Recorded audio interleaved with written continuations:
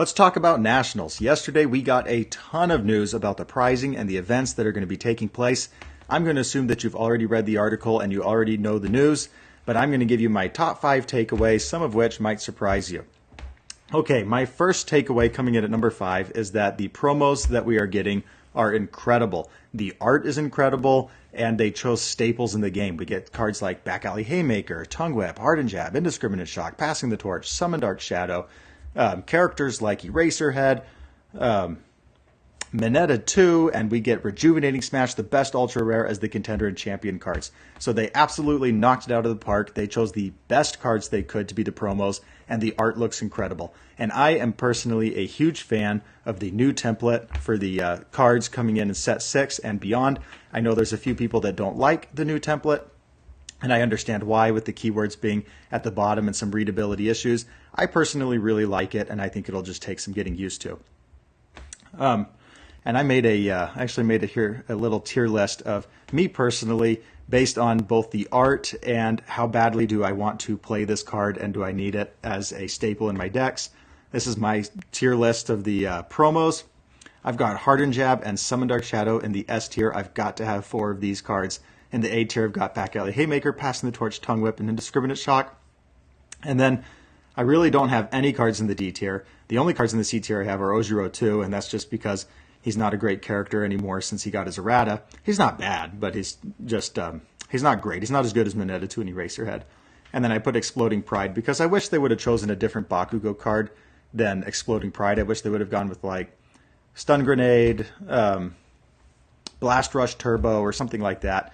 And I think he looks a little like Avatar. He looks like a Firebender here. I don't know. I'm not really clicking with it as much as these other promos. I know a lot of other people are going to be going after First Day of Class and Quick Creation, but for me, these are my top 6. These are the ones I've got to have 4 of these cards, and so I'm either going to win them at Nationals or buy them later. One thing to point out about the promos is Hardened Jab is going to be given as a pre-registration bonus as long as you register for Nationals before September 15th. So this will give UVS Games a month in advance to know how many people are coming, and everybody who does this will get a Hardened Jab. I think this is a really, really smart idea by the company to make sure everybody registers early and not at the last second like we normally do. And Hardened Jab, for the record, right now it's going on TCG Player, it's going for about $40, Hardened Jab XR. This is going to be more rare than the XR Hardened Jab, and it's going to be more desirable. I suspect this is going to be at least a $50 card. So if you are going to Nationals, you need to sign up before September 15th, and they're basically going to give you a $50 promo card. And you can get a second Hardened Jab if you are the top placing contestant, as each individual character will receive 1 Hardened Jab promo. So they're giving some sort of incentive to play an off-meta character here. Right, so if you're not planning to play a meta character and you're not going all out for your HLC invite and you're mostly just going to have a fun time, play in side events, get promos, and hang out with everybody, then this is a really, really cool incentive to play an off-meta character where there's only maybe 2 or 3 other people playing that character, and then you have a solid chance of getting a second Hardened Jab, because there's not really that many other ways to get a Hardened Jab. There's no more Hardened Jabs in the prizing of the main event until you get to be the champion, and the champion will receive 4, but even the second place doesn't get any Hardened Jab. And then the only other way to get a Hardened Jab is the specialty side events, of which there will be 3. And if you get top 4, then you can pick a Hardened Jab, or if you win a side event, then you'll get a Hardened Jab. But those are the only other ways. So it's going to be a very, very rare card, and you are going to want to make sure that you register early. Okay, my next takeaway about this Nationals news is that these side events will be extremely competitive, extremely fun, and well worth it to play in. In the past, we've seen side events be a little lackluster in the prizing available. That's just what we've seen in general here, is we've seen the prize support go way, way up. The promo cards already chosen are way better than the promos chosen for last year's Nationals, and the side events are no different. So we get these 3 specialty side events. We got on Friday this Retro Constructed, and Saturday Super Sealed, and Sunday 3 versus 3 Team MHA Only Constructed. And then if you win one of these side events, you get one of each of the promos, including promos like Quick Creation and First Day of Class, which are typically reserved for the top 16 in the main event. So you either have to get top 16 in the main event, or you can just win one of these specialty side events, and then you get one of everything. This is going to be a massive, all of these promos are going to be worth a hefty chunk of change. And so this is just a massive prize pool for winning a specialty side event. If you get top 4, then you get to choose 2 of them, and you can still choose Quick Creation and First Day of Class if you so choose, the most rare ones, or Hardened Jab, which I just mentioned why it will also be extremely rare. Not only that, but they're going to be running on-demand side events, and these are going to come with some participation pricing, and then you can still choose one if you win of these ones. So they're definitely pushing these specialty side events, but the on-demand side events will still be very, very lucrative. So, if you're not doing well in the main event, it's not going to feel horrible to just go ahead and drop and play a ton of side events and get a ton of promos. In fact, that's probably as soon as you get your third loss in the main event, you can probably feel comfortable dropping and just jumping in as many of these side events as you possibly can, because the prize support here is going to be better than just getting top 128 or top 64 and so on. All right, and that brings me to my number 3 takeaway from this news, and that's going to be that it is going to really, really stink when you lose in the top 32, because we're probably going to have more than 256 players. I suspect, I can't say that for sure, but I suspect we'll be around 300 players, especially after they reveal this amazing pricing everybody's going to want to be coming. Okay, so top 32 pricing, you get your participation pricing, of course, which is an Eraser Head, Back Alley Haymaker, Passing the Torch, and Summon Dark Shadow, and then all this pricing is pricing on top of that. So if you get top 32, you will get another of each of these, 2 more Passing the Torch, 2 more Summon Dark Shadows, and the big difference between top 32 and top 64 is that you will get one of these characters, Mineta 2 and Ojiro 2, which is fine, and this is very nice. But what everybody is really going to be going for is this First Day of Class and Quick Creation, and those only go to top 16. And of course, the main point of Nationals is to get your Worlds Invite, and Worlds Invites only go to top 16.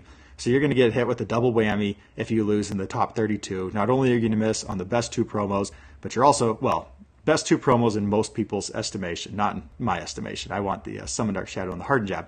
But you're going to miss on the probably most expensive 2 promos, and you're going to miss out on your Worlds Invite.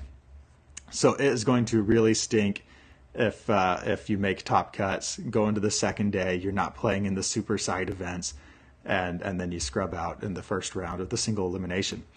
All right, my number 2 overall takeaway is that we now know that Undaunted Raid will be the meta for Nationals. So we didn't have it 100% confirmed that Jetburn wouldn't be released before Nationals. I thought maybe even they would do like some pre-release sealed events of Jetburn, similar to how they did the pre-release at Worlds for League of Villains. So this tells me that Jetburn probably isn't coming until more like mid-November.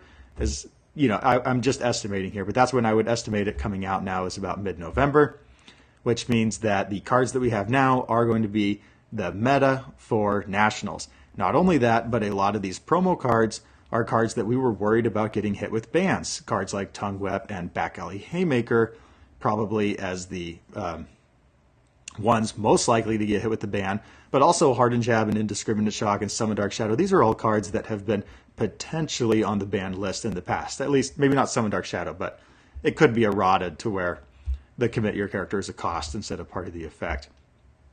So we can kind of rest easy knowing that the cards that we are playing with now will be the meta, and we can go ahead and start preparing for Nationals. I think with that assumption, that's probably a fair assumption. Now, we might get 1 or 2 bans or erratas before Nationals, but at this point, I would be surprised if we got any erratas or bans. I definitely, maybe repeated 100% Smash, but I don't see them hitting one of their new Set 5 SRs before Nationals. Okay, and this all brings me to my number 1 point of this news, and that is that it is going to be worth it to travel to Nationals. And I don't just mean worth it from a sentimental standpoint. Obviously, it's going to be fun to hang out with everyone, meet new friends, play the game that we love, and get some cool promo cards. But it's going to be worth it from a monetary standpoint, I suspect, because they are going to be showering us with promos. And as long as you play in a lot of sealed events and you play in the main event and and you participate, like for example, I'll be participating in this retro constructed, even though I only started playing last year and I currently don't own any pre-MHA cards. I've already worked with Pippa to create a Earth Jet deck that seems very, very fun, and so I'll be participating in the retro side event for sure to get some of these promos. And I think that if you participate in the side events in the main event, that you're probably going to get enough promos to where if you wanted to sell them, I think you could recoup most of your travel costs. And that is something that has not been able to be said for any event this year or even for Nationals last year. It has been a long time since you could travel to an event, at least not, it hasn't happened in the time that I've been playing, to where you could travel to an event and expect to get promo cards such that if you wanted to sell them, you could recoup your costs. Personally, of course, I would never sell them. I'm a sucker for alt arts and promos, and I think they look amazing. So, but if you wanted to, this is definitely going to be worth the trip to come out. They knocked it out of the park. And that's going to do it for my top 5 takeaways. Let me know if you have any other takeaways that I might have missed here, or how you feel about these promo cards. Which is your favorite? Would your tier list be different than mine? I will be back tomorrow with my bold predictions for the UK RLE. All right, my brain went dead for a moment. But we've got the UK RLE this weekend, and I will be back tomorrow with my bold predictions.